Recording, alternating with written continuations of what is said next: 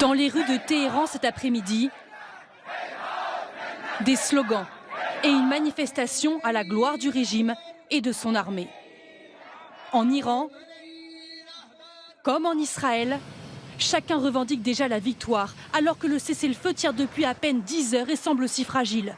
Pour l'obtenir, il a fallu que Donald Trump, exaspéré, renvoie les deux belligérants dos à dos sur un ton presque infantilisant.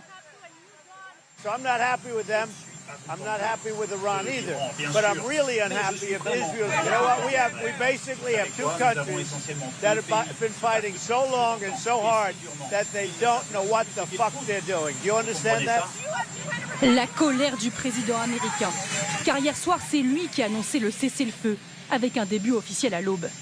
Mais les deux camps choisissent d'utiliser ce délai pour intensifier leurs frappes. Ce fut une nuit meurtrière. Salve d'explosion en Iran, au moins 9 morts, ce qui porte le bilan total de la guerre à 610 victimes selon les autorités iraniennes. Et juste avant le cessez-le-feu à l'aube, ce missile iranien s'abat sur un immeuble de Beersheva en Israël. Le bâtiment est entièrement soufflé.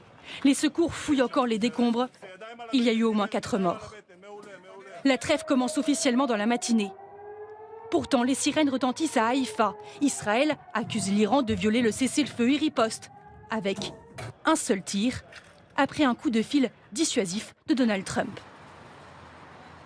À la suite de la conversation entre le président Trump et le Premier ministre Netanyahou, Israël s'est abstenu de toutes nouvelles attaques.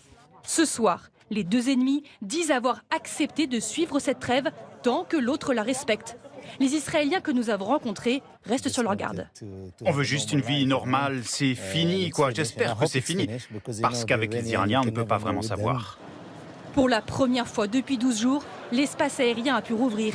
Et les vols commerciaux devraient bientôt reprendre depuis l'aéroport de Tel Aviv.